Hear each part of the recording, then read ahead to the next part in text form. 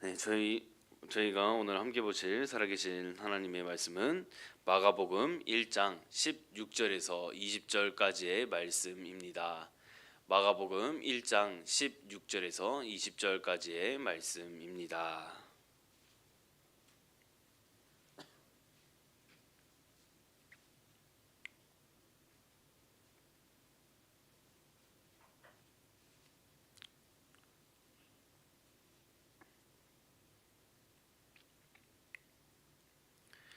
마가복음 1장 16절에서 20절 말씀을 저희 함께 봉독하시도록 하겠습니다. 시작. 갈릴리 해변으로 지나가시다가 시몬과 그 형제 안드레가 바다에 금을 던지는 것을 보시니 그들은 어부라. 예수께서 이르시되 나를 따라오라. 내가 너희로 사람을 낚는 어부가 되게 하리라 하시니 곧 그물을 버려두고 따르니라. 조금 더 가시다가 세베대의 아들 야고보와 그 형제 요한을 보시니 그들도 배에 있어 그물을 깁는데 곧 부르시니 그 아버지 세베대를 품꾼들과 함께 배에 버려두고 예수를 따라가니라. 아멘. 이 말씀은 살아계신 하나님의 말씀입니다. 사랑하는 성도 여러분, 오늘 이 귀한 이 예배 자리에 나오신 모든 분들을 주님의 이름으로 사랑하고 축복합니다. 오늘 이 새벽에 드린 예배는 늘 특별한 것 같습니다.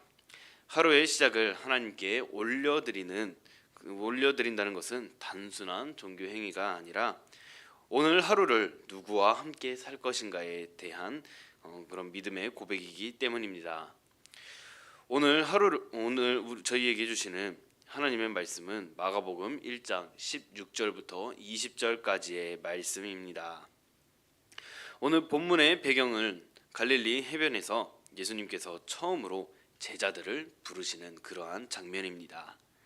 이 말씀은 교회를 처음 세우는 장면이기도 하며 제자도의 출발점이 되는 말씀이기도 하고며 오늘을 살아가는 우리에게도 여전히 유효한 부르심의 말씀입니다. 오늘 이 새벽 이 말씀을 통해 예수님을 따른다는 것이 무엇인가, 주님은 어떤 사람을 부르시고 어떤 길로 인도하시는가를 함께 알아가 보았으면 좋겠습니다. 첫 번째 대지 보여주시면 감사하겠습니다. 시작. 예수님의 부르심은 특별한 장소가 아니라 일상에서 시작됩니다. 아멘. 이어서 본문 16절도 한 번 더 같이 보도록 하겠습니다. 시작. 갈릴리 해변으로 지나가시다가 시몬과 그 형제 안드레가 바다에 금을 던지는 것을 보시니 그들은 어부라. 아멘. 예수님께서 갈릴리 해변을 지나가시고 계시던 때였습니다. 그리고 시몬과 안드레를 보시게 되는데 그들은 예배 중이 아니었습니다. 그저 기도하고 있지도 않았고 말씀을 듣고 있었던 때도 아니었습니다. 그저 본인들의 직업인 이 어부라는 이 직업을 이용하여서 본인들의 이 생계를 이어가고 있었던 것이었습니다. 이 장면은 저희에게 매우 중요한 사실을 알려주고 있습니다. 이 예수님의 부르심은 언제나 일상 속에서 시작된다는 점을 저희가 알고 있어야 합니다. 저희는 간혹 종종 이렇게 생각할 때가 있을 것입니다. 형편이 조금 더 나아지면은 더 잘 믿어야지. 시간적인 여유가 생기면은 더 헌신해야지. 문제가 해결되면 하나님께 더 가까이 나아가야지 라고 말입니다. 그러나 예수님은 문제가 없는 사람을 부르시는 것이 아니십니다. 형편이 정리된 사람을 기다리시는 것도 아닙니다. 지금 이 자리에서 지금 있는 우리의 지금 이 본 모습 그대로를 부르십니다.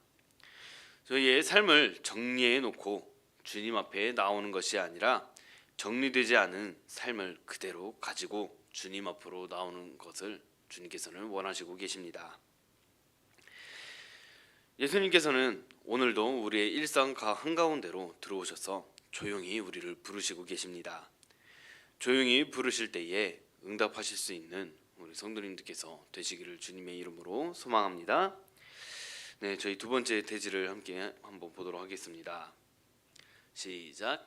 나를 따라오라는 부르심은 사명 이전의 관계의 초청입니다. 아멘. 17절 말씀도 함께 보도록 하겠습니다.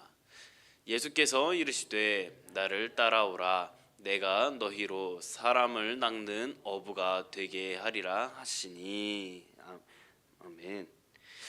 이 말씀을 읽을 때에 우리는 흔히 뒤에 나오는 사람을 낚는 어부에 더 집중을 하게 됩니다. 그래서 부담감을 더욱더 느끼게 되는 그런 말씀일 수도 있습니다. 그러나 이 말씀의 핵심은 그보다 앞에 있는 말입니다. 한번 나를 따라오라 함께 다시 한번 읽어보도록 하겠습니다. 시작. 나를 따라오라. 아멘. 예수님은 이를 먼저 맡기시지 않으셨고 성과를 요구하지도 않으셨습니다. 사명을 말씀하시기 전에 관계를 먼저 말씀하셨습니다. 마가복음 3장 14절은 예수님께서 제자들을 세우신 목적을 아주 분명하게 설명하고 있습니다. 함께 다시 봉독하시도록 하겠습니다. 시작. 이에 12를 세우셨으니 이는 자기와 함께 있게 하시고 또 보내사 전도도 하며. 아멘. 먼저는 함께 있음입니다. 함께 있지 않으면 보냄은 짐이 되기 마련입니다. 동행이 없으면 사명은 의무가 되게 되어집니다. 새벽에 저희가 말씀 앞에 앉아 있는 이유도 여기에 있습니다. 이 무언가를 더 잘 해내기 위해서가 아니라 주님과 다시 함께 있기 위함임을 기억하시기를 바랍니다. 이 사람을 낚는 어부라는 말씀도 결과 중심의 표현이 아닙니다. 숫자를 요구하시는 말씀이 아닙니다. 이 말은 삶의 방향이 바뀌었다라는 선언입니다.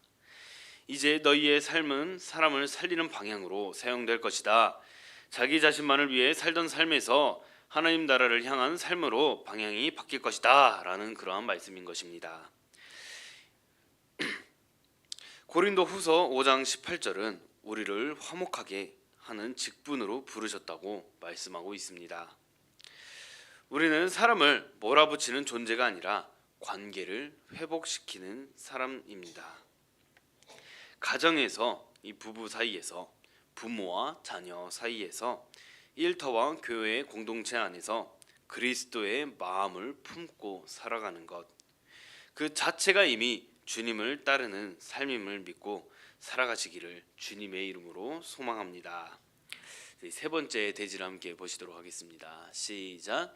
예수님을 따른다는 것은 삶의 우선순위가 바꾸는 것입니다. 아멘. 18절 말씀은 이렇게 기록하고 있습니다. 함께 보시도록 하겠습니다. 시작. 곧 그물을 버려두고 따르니라. 아멘. 이 말씀은 저희 모든 성도가 직장과 생계를 포기해야 한다는 뜻은 절대 아닙니다. 성경 전체가 그렇게 하라고 가르치고 있는 것도 아닙니다. 이 장면이 말하는 핵심은 삶의 우선순위가 달라졌다라는 것을 의미합니다. 이전에는 이 생계가 중심이었고 자기 계획이 중심이었지만 이제는 예수님이 삶의 중심이 되셨다라는 것입니다. 이제 성경 말씀에 저희 부자 청년 이야기를 다들 알고 계십니까? 이 부자 청년은 주님을 따르고 싶어 했었지만 예수님께서 너의 모든 소유를 팔아 어려운 이웃들에게 나누어라 라고 했을 때 그 청년의 표정은 어떠했습니까? 몹시 금심하며 떠나갔다고 합니다. 반면 이 제자들은 완벽해서가 아니라 주님을 더 귀하게 여겼기 때문에 이 주님의 말씀에 순종할 수가 있었습니다. 새벽 예배는 이 우선순위를 다시 점검해 볼 수 있는 그러한 시간입니다. 저희 다음 한번 보여주시면 감사하겠습니다. 시작. 주님, 오늘도 제 삶의 중심이 제가 아니라 주님이 되게 하옵소서. 아멘. 이렇게 고백하실 수 있었으면 좋겠습니다. 저희 함께 다시 한 번 더 고백하시도록 하겠습니다. 시작. 주님, 오늘도 제 삶의 중심이 제가 아니라 주님이 되게 하옵소서. 아멘. 예수님을 따른다는 것은 실수하지 않고 넘어지지 않는 삶이 절대로 아닙니다. 베드로는 실패했었고 제자들은 그 예수님을 배반하며 도망가기도 하였습니다.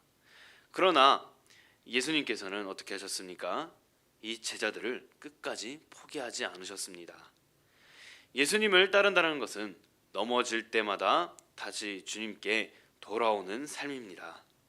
사랑하는 성도 여러분, 우리가 세상에서 살아갈 때에 넘어지고 유혹과 시험이 많이 있을 수 있습니다.